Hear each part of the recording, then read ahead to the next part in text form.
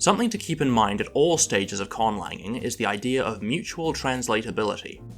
All languages are capable of encoding the same information, and so whatever you say in one language should theoretically be capable of being translated, however imprecisely, into any other language. What's different is how the information is packaged and, crucially, what information is deemed mandatory to convey. One place this is especially useful to bear in mind is when discussing evidentiality. In languages that exhibit evidentiality, every sentence comes with some form of marking that indicates the source of the information being conveyed, whether it was observed directly, reported from an outside source, or deduced from available evidence. To a speaker of a language without evidentiality, this may seem like a really bizarre and oddly specific thing to mark, but of course, all languages have means of stating the source or veracity of the information expressed in any given statement.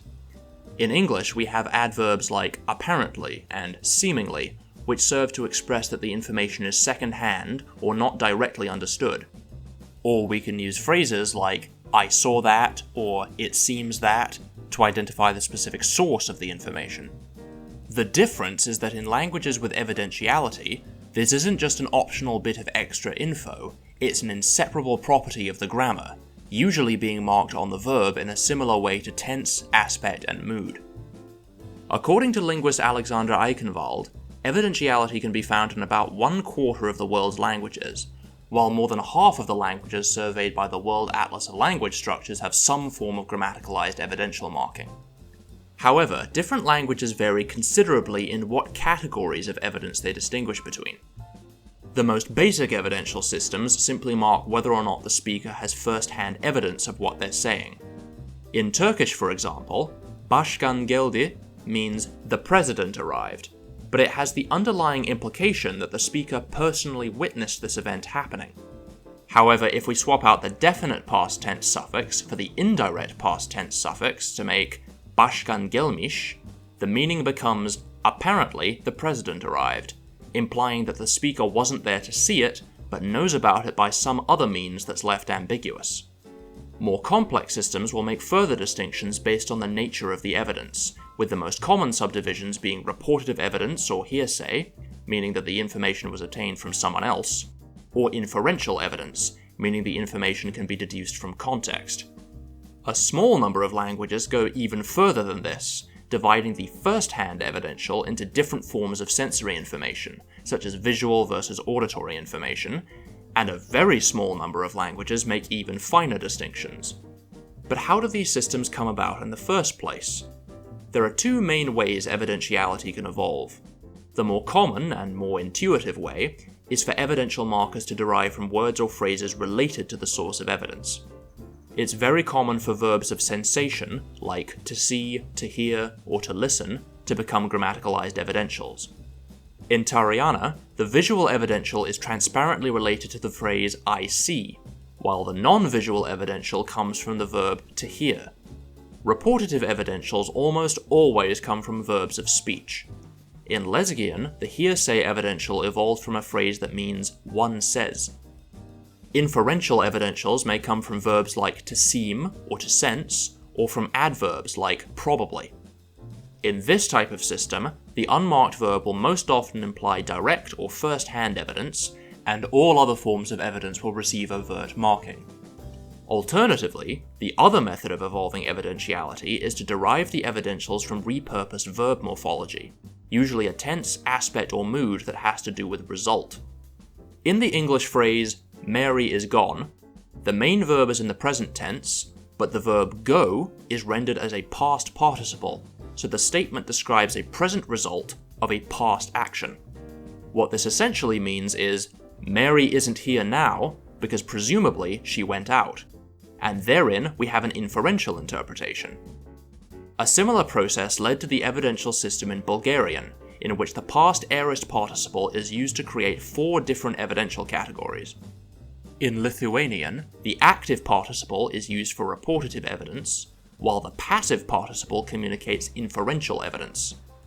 Although this type of system most often evolves from past or perfective morphology, evidentials may also arise from, or form an extension of, a grammatical mood, particularly the subjunctive or irrealis moods.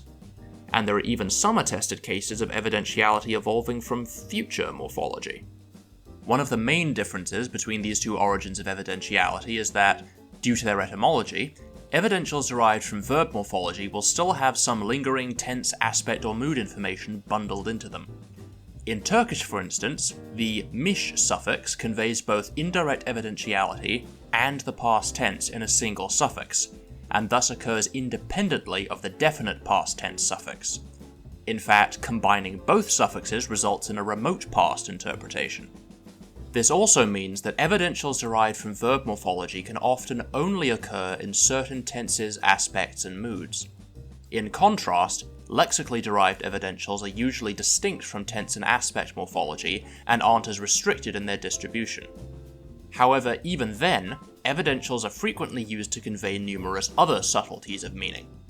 One question that you might be asking yourself is, what happens if the verb has a first-person subject? Of course, I was there to see what I myself did, so how can any non-first-hand evidentials ever be used in the first person? Well, let's say you've fallen asleep on a train, and upon waking up, you see the train has reached its destination.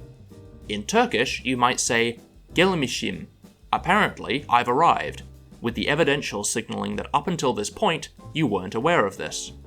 Using first-person evidentials like this to mark involuntary or unintentional actions is a very common strategy cross-linguistically, including in complex systems with multiple categories of evidence. Along those same lines, evidentiality also frequently overlaps with mirativity, the marking of information as surprising or counter to one's expectations. In Turkish, yağmur yağıyormuş means apparently it's raining, but it can also equally mean, oh, it's raining, expressing surprise on behalf of the speaker.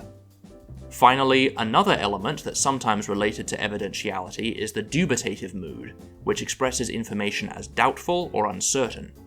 Sometimes the dubitative exists in complementary distribution to the evidentials, essentially forming a separate category of evidence, or lack thereof. While in other systems, the dubitative can be expressed by means of the evidentials themselves.